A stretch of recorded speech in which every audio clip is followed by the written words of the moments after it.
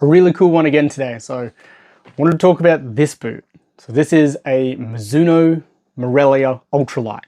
So I wanted to talk about this. We just got an announcement that they're doing another remake of the Ultralite, and again, tweaking and updating some things on this really special boot. So yeah, that's what I wanted to sort of go over today, show a few people who may not be familiar with an Ultralite and what that is, and just sort of go around it and I guess talk about why I really like this boot as well. So again, if you are enjoying the content, don't forget to like the video and subscribe to the channel. But getting into it, we'll do a little bit about the newest one in a sec, but just to try and tell you what this boot is to begin with. So this is a made in Japan product. So we've got a full kangaroo leather upper in this amazing gold colorway. Like the shine on the leather is just insane. And then what I've got here, so it's a bit of Mizuno day. So I've got my Mizuno shirt on. We've got a pair of DNAs, Beta 3s, and also some wave cups. So just to do some comparisons to show you how these do stack up against other boots in their range. So I guess using the DNA. So for those of you who don't know what a DNA is, and I'll have to explain this boot to explain this boot, but this DNA is essentially the Morelia 2 upper with the Neo sole plate on it.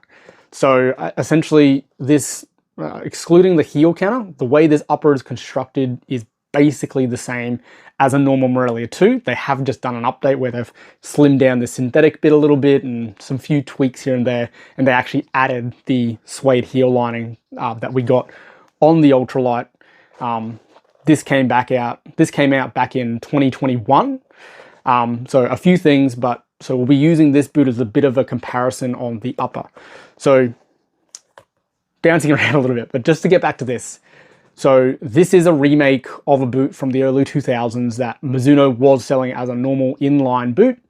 Then obviously just moved away from it, focused on other silos, and then they released it back in 2021 as a limited edition. So they are pretty hard to get your hands on these days. So yeah, I was lucky enough to pick them up at retail. Again, still crazy expensive. I think they sent me back like 600 Australian dollars, and they sell for way more than that these days, just with how hard they are to find. So, you know, if you do have a pair, you'll know how cool they are. But just keep an eye on the resale markets. They do get pretty pricey. So if after talking about this and you are interested in the newest one that just came out, it's well worth picking them up if you want a pair, because they are very hard to find after the fact, and the prices do go up, being how special these are. So these are a remake, 2021. Some things that we're going to point out when comparing to this. So I wanted to start with the heel on them. So this DNA remake did get the suede heel lining, but we did have that way back in 2021, where the normal Morelia 2 still had a like a synthetic leather material liner to it. So the suede heel liner, let me just fold the tongue down a bit, is really, really nice, really soft and malleable. So yeah, a really comfortable heel setup in that. Another thing with the heel that people speak about when talking about ultralights is the height of the heel. So if we get those two together there, you can see on the DNA / Morelia 2 upper how much higher that heel comes with those wings there. So it is a bit more shallow, especially if you look at that way as well. The Morelia upper does sort of pinch a bit more compared to the Ultralite. So it's a little bit lower, a little bit more shallow, but has sort of a wider opening in that heel.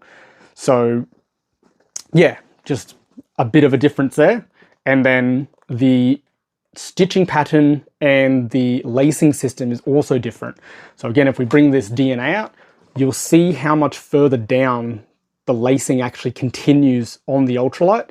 So easiest way to show this, if you look at the front here, we sort of have 1, 2, 3 sort of, you know, sort of semicircle curves there. And then on the Ultralite, we only have 1, 2, and then that front piece. So the lacing system actually goes all the way into that sort of third loop. So we got a much deeper lacing system, even more adjustability. Not that, you know, the lacing system on a Morelia was shallow by any means, but just even deeper on the Ultralights. And then you'll see with those sort of circles continuing in just a nice smooth pattern on the side there on the Morelia. We have more of this actual sort of, it stops there as a sort of smooth pattern and then comes into sort of a 3-pocket quilt on the side. So it actually looks much more like the Ultralight. So you'll see you got that sort of smooth and then the 3 sort of pillows on the side there in that stitching. So just to compare them side by side. So yeah, we're talking little minor differences between them, but they all sort of add up to be this really impressive package where this boot only weighs 204 or 5 grams, which is just insane. So if you look at most modern day boots, speed boots these days are around that 180, 190 mark. I think even the Pumas still crack 200. So we're talking a fully synthetic, lightweight speed boot weighing the same as a full kangaroo leather, you know, handmade in Japan with rivets, big chronicle studs, super deep laces, a big fold over tongue as well. All of that weighing the same as that super focused speed boot. So it's just incredibly impressive. And for those who wanted to know, most of these Mizuno boots are all around that weight. They're actually all relatively really light boots. And for reference, if we bring out so that's a Neo 3 Beta, this is like 201 or 200 grams. So we're talking a difference of about 4 or 5 grams compared to their, well, this has obviously been outmodeled by the Neo 4 now, but their latest and greatest technology in terms of the synthetic, the really thin synthetic, a knitted upper, small amount of leather in the forefoot, the lightweight sole plate, smaller chronicle studs, all of that only adding up to about 4 or 5 grams difference compared to this Ultralight. So yeah, it is just a super impressive feat that they can even achieve something of that weight category in a boot that is insanely comfortable, super premium build. The leather is insane.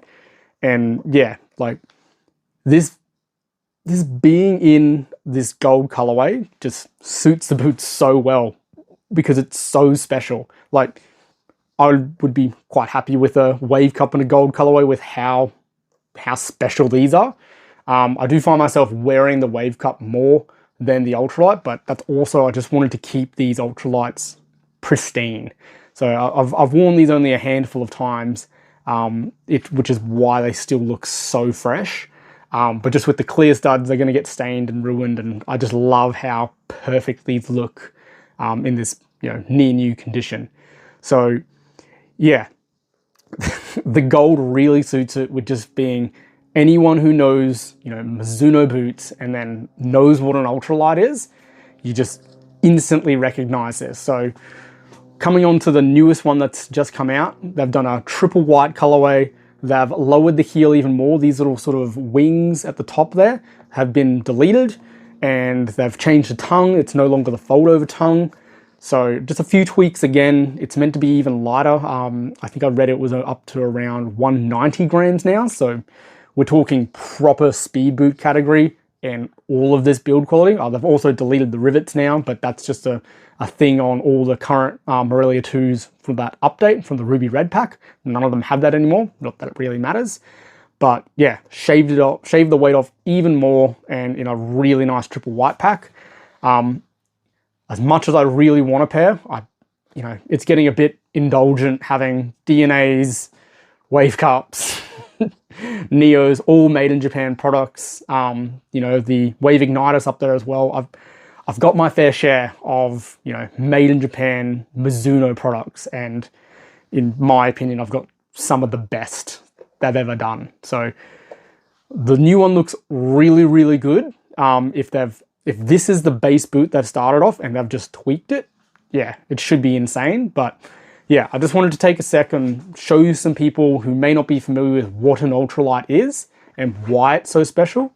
Yeah, if you are interested in them and you've got the money to spend on them, like they are still incredibly expensive.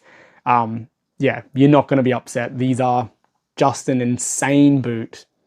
So comfortable, look insane.